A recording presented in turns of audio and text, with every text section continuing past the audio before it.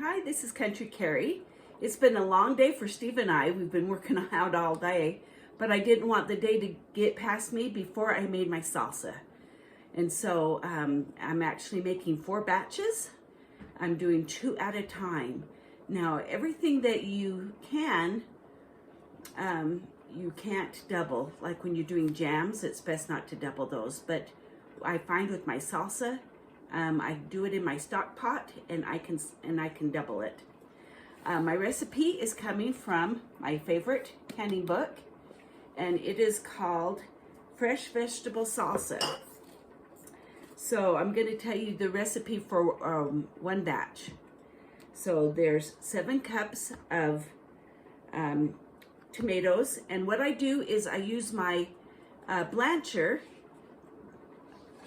pot to be able to, I get my water boiling, I stick my tomatoes in and cook them just long enough for the skins to start popping off.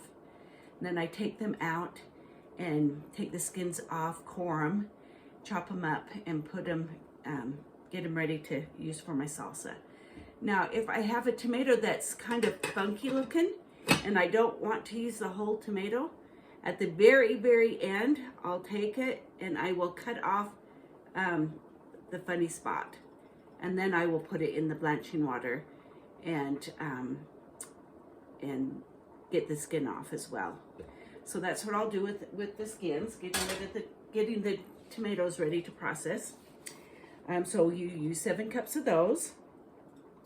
2 cups, it says coarsely chopped onions, and 1 cup of coarsely chopped green pepper.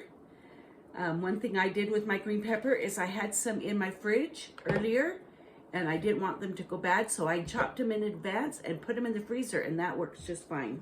It says 8 jalapeno peppers, seeded and finely chopped. And so what I did was I had some really big jalapeno peppers, so I just used a heaping tablespoon for each jalapeno pepper. Now, when you do jalapenos, make sure that you are wearing your gloves. The first time I did it, I did not, and I suffered afterwards. I thought, oh, this is no big deal. In fact, now I not only wear gloves, and you can buy them at the dollar store. They don't have to be expensive ones. But I not only wear gloves, I wear my protective glasses, because sometimes it will spray and be juicy, and I don't want to get that in my eyes. So that's the 8 jalapeno peppers, 3 cloves of garlic, finely chopped. And what I do with mine is I actually grow my own garlic, and it's best to put it in the ground in the fall, and in the spring you have lots of wonderful garlic. But what I'll do is I'll take my clove of garlic and I will put it in my garlic press and press it. And that's how I do mine. I don't chop mine up. I know that you can even buy garlic in a jar. I've seen that before. And then you use 1 can of tomato paste. And the reason you use the tomato paste is it helps thicken it up. And 3/4 cup of white vinegar, 1/2 cup of loosely packed, finely chopped cilantro. So what I do with my cilantro is I'll take it and I'll use my kitchen shears and I'll just pick off the leaves and kind of bunch them together and chop them. And that's how I do my cilantro. Very easy. And then the stems, I give to the chickens to make eggs. And then 1/2 teaspoon of ground cumin, C-U-M-I-N. Cumin. I'm going to say cumin. And if you don't have that, you can actually even substitute chili powder. So you add all of that into your pot, and I'm using my stock pot, and you cook it for 30 minutes, and then you can put it in your jars. So one other tip I want to mention is when I do my peppers, my green peppers especially, and my red and yellow peppers, when I seed them, I'll put them in a jar or in a bowl, because when they are dry, and I'll add a little bit of jalapenos, just not overpowering. Then I'll put it in my jar to go to sprinkle on my pizza.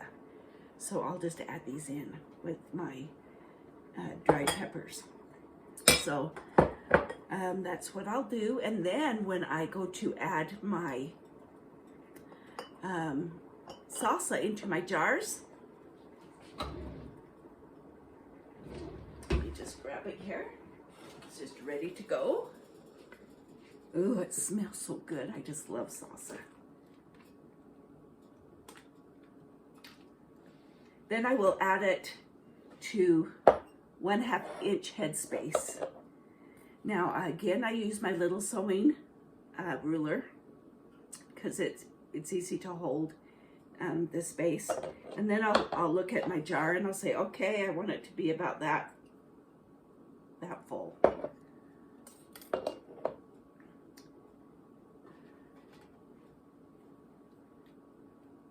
One tip with salsa is pickles are pretty forgiving.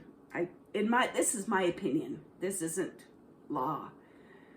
But in my opinion, pickles are pretty forgiving. Jam, you can actually mix fruit and you know, that way. But when you deal with tomatoes, you need to follow the recipe exactly. And the reason is because the tomatoes are no longer as acidic as they used to be. So you don't want to make anything that's going to make your family sick. So you make sure you use approved recipes when you're dealing with tomatoes. And there's lots of fun things you can use tomatoes in: salsas, pasta sauce, spaghetti sauce, pizza sauce,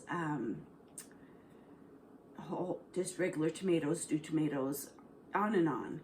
But make sure you use a approved recipe so that you are making sure that it has been tested and it is safe.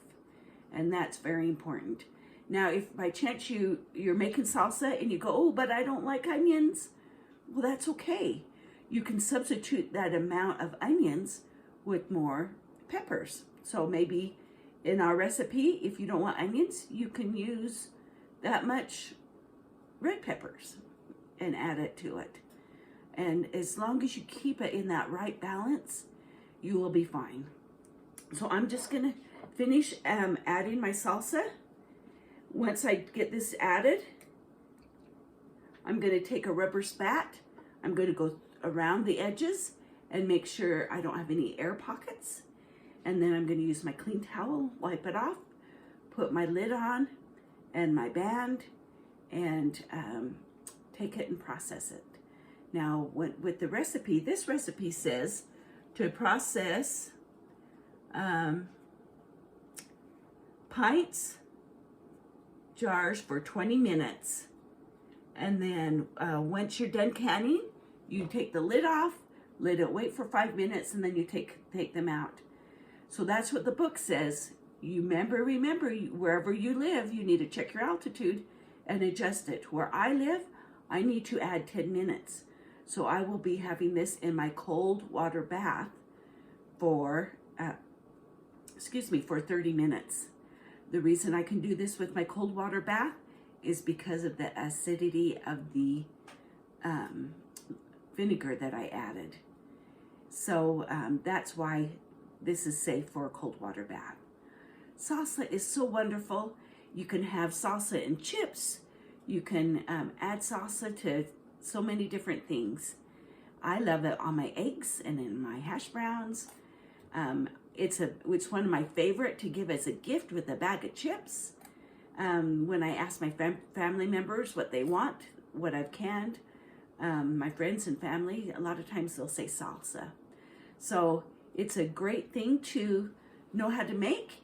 It's healthy, and even though some of you might not grow all your produce, you might buy some, you actually know that it's healthy because you know what's going in it, and you actually get more for your buck because you get more jars instead of paying somebody else to process it.